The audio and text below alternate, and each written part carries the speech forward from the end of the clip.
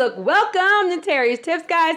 Get a notebook, get a pen for real, because today, guys, we're talking about 5 steps to help you get a business credit card, guys. And my goal is always to simplify the process for you so you can actually have tangible results. So as I'm going through these steps, write them down, and then the things you have done, good. And then the things you don't have done, make a list of action items, do one thing a day, and then go ahead and build your wealth. Come on, somebody, guys, and I'll do my nugget at the end. So let's jump right in. So, guys, I don't talk about business credit cards a lot on this channel, but honestly, business credit cards are an excellent way to leverage your credit to build wealth when you get the right type of business card and when you use it for something wise, like, employees, marketing, equipment. Say you need another location. Say, you're a podcaster and you want, an iPhone, lights, cameras. Say, you need somebody to help you with, YouTube management. You need to hire a contractor or a consultant that's going to help you level up your business. So, guys, nugget right here, right, as I give you these 5 steps. Business credit cards are a way to help you build up your business credit, build up your business credit profiles, have some things reporting on your business credit reports, and to be a gateway, guys, for you to actually then transition into business lines of credit, working capital, term loans, and all of those other things. Okay, guys? So step number 1, right? The 5 steps to get a business credit card.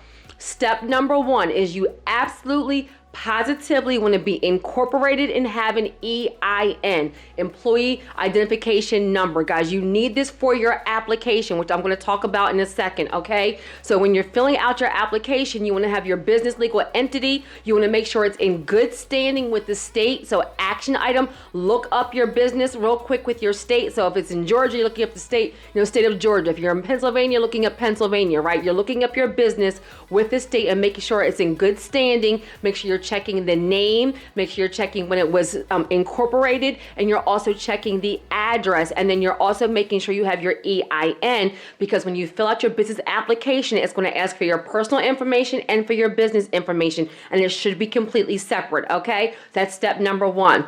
Now, step number 2, and this is a step that most of you miss. Do your research. Let me give you an example. Everybody talks about business chase cards, right? The ink preferred, but guys, there's a million different chases. American Express has multiple different American Express business cards. Capital One has a bunch of different Capital Ones. And so they have a bunch of crazy names, Business Ink and Business Cash and the Blue and all this other kinds of stuff. I'm not even going to get into that in this video. And just for your own self there, nugget, just think about these cards having, gold, platinum, diamond, right? And so this is where we're doing your research. Say you would like a business chase card. Guys, you can go onto the business chase website and they'll list like 10, 15 cards. Well, guys, if this one card says you need to have a 700 and above, and you're a 650, but this other card says, you only need to have, a 620 and above, well then, guys, don't apply for the credit card that you don't qualify for.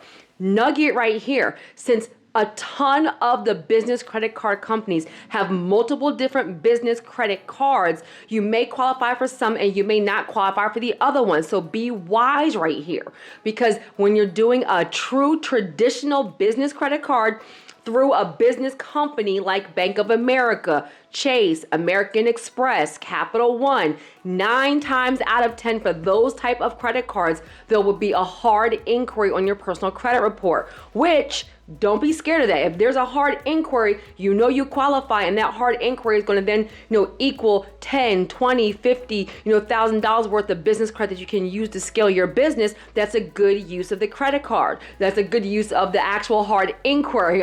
Okay? So this is where the only time hard inquiries are bad is that, if you have a bunch of hard inquiries, you have a bunch of denials, and you didn't even get any kind of business credit. Okay? So nugget right here, do your research. Now, I have multiple videos on business credit cards for startups, the best business credit cards. In this video, I'm giving you the 5 steps to actually help you qualify and get through the application, but I will link in the description of this video and in the pinned comments some follow-up videos that actually give you the links for some of these business credit cards, okay? So step number 2 is do your research. Now, step number 3, and this is the one where so many of you guys make mistakes, is the actual application, guys. Number 1, it's going to ask for personal information and business. Make sure it's separate. List your business LLC, your business S corp, and all of those things, and your personal information. This is why for your personal, it will be your personal name, your personal date of birth, and your social security number. For your business, it will be your business name, your business EIN, and depending on the company, they may or may not ask for your DUNS. Also here on your application, guys, a lot of the applications actually say, is your business address the same as your personal?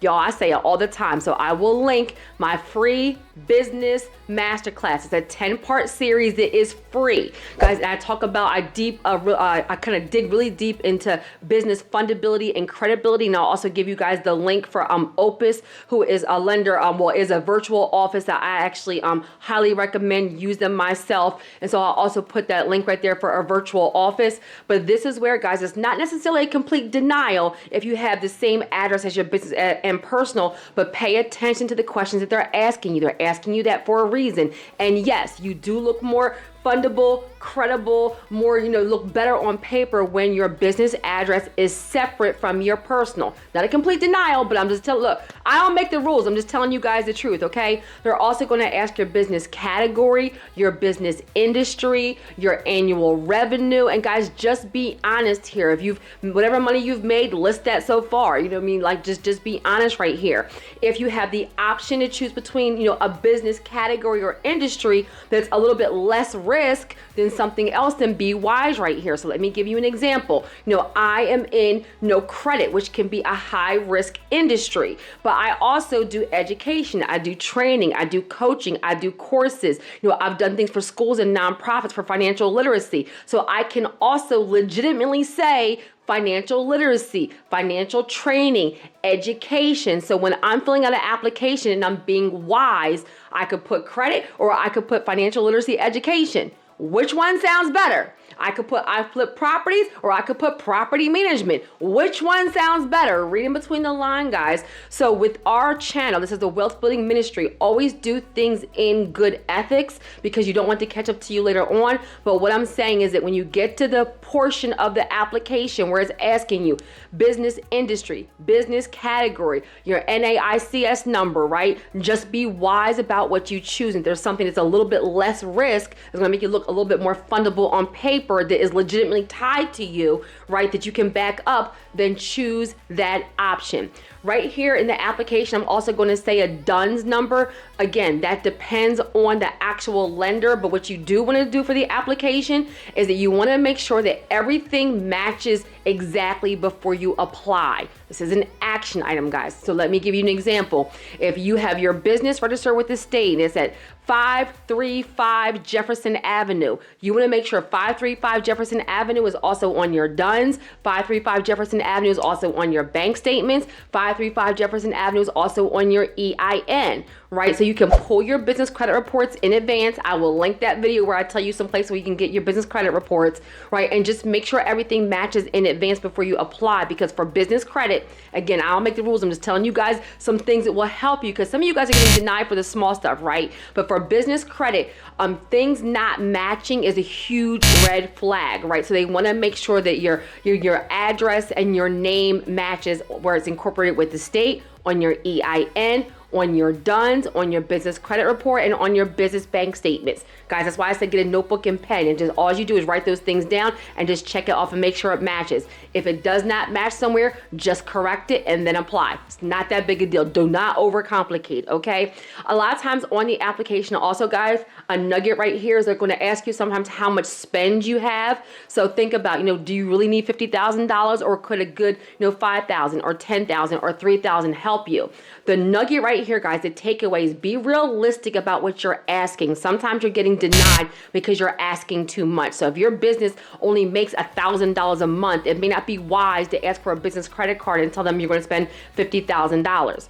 Come on, somebody, right? So say, I could use a $3,000 credit card. I could use a $5,000 credit card, right? And then you, as the business owner, get the credit card, get approved, use it wisely and responsibly, pay it back, and then guys, in 90 days or 6 months, I always tell people every 90 days or so, or at least every 6 months, you guys can be calling them and asking for credit limit increases, right? So the hack right here, guys, pay attention, nugget, is to get your foot in the door, get approved. That's going to help your business credit reports, your business credit profiles, your business credit scores. That's going to give you a trade line reporting. So you're also going to start building up business credit to qualify for other things, and you're going to be building up that relationship with that lender. So as you pay that credit card back responsibly, it will be a $3,000 card, then $5,000, then $10,000, then $15,000. So get in and then use it responsibly and then scale up. Got it, good guys. All right, and step number 4, I kind of covered this, but making sure everything matches everywhere. And I even mean like your phone number, everywhere, guys. And I want you to think about it. If you were hiring, an attorney, if it had one name, one address, one phone number, on Google, and one name, one address, one phone number somewhere different on their website, and then one name, one address, one phone number different on their LinkedIn page, you'd be like, what's going on? If you were looking for a daycare and everything didn't match everywhere, you'd be like, well, what is the real address? So guys, I don't care if you incorporated your side hustle. I don't care if you're a fully self-employed entrepreneur. I don't care if you have a big business or a small business. For business credit, for business credit cards, for getting approved, they check the small things, okay? Because the small things matter. So success is in the details, okay? So step number 4 is reinforcing everything, matching everywhere, because that's something real quick that you guys can do right away. Guys, and step number 5, and I know y'all don't want to hear the step, but I'm going to say it anyway because it's the truth.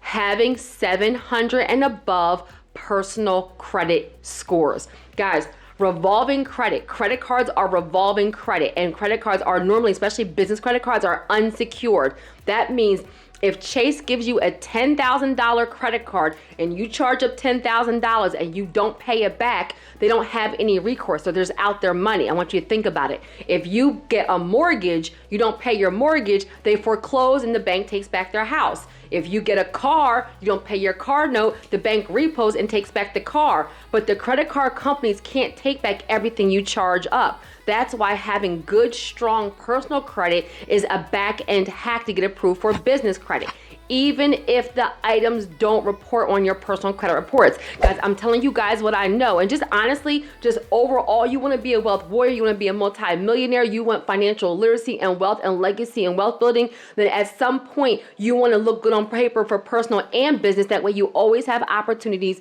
you always have options. There's never something that you want to do that you're not able to participate in that. Come on, somebody. It's about leveraging to build wealth. So just for your own financial integrity, you want to get your credit reports scores on TransUnion, Equifax, and Experian for your personal to 700 and above. I have a course that is I think $77, I think it is off the top of my head, to how to increase your personal credit scores quickly. I will link that below, guys. Make that part of your action item, because especially if you're a new business owner or if you have low revenue, I want you to think about it. If you're a new business owner, no taxes, low revenue, well, because your business is so new, the lender does not have anything to rate you on. So they're going to look at you, the business owner. How financially responsible are you? And use that to approve you. Yes, to get business credit, and then after then, they usually don't check your personal credit at all. You can start building up your personal credit reports and profiles, and then eventually the goal is that your business is strong enough on paper to stand on its own, and you will no longer have to be a PG. You will no longer even have to have your personal credit reports even checked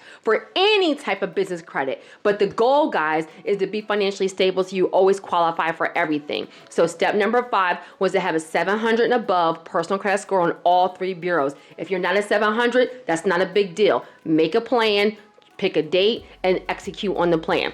Got it, good guys. And guys, for my nugget, do it anyway.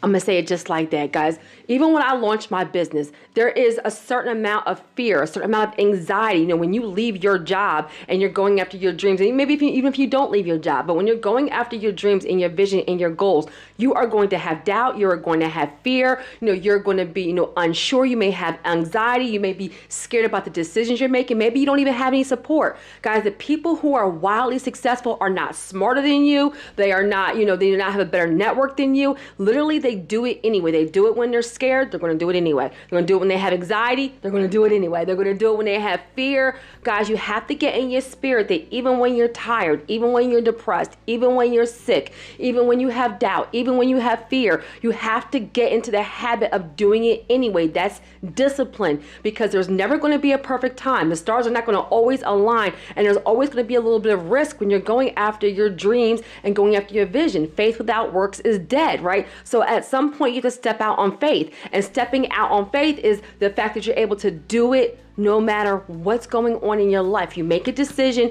and you get it done. So my nugget for today is, when you want to be wildly successful, when you're ready to step outside your comfort zone, you have to get a spirit of, I'm gonna do it anyway. Do it scared, do it tired, do it upset, do it with anxiety, do it with fear, but no matter what, you're going to get it done.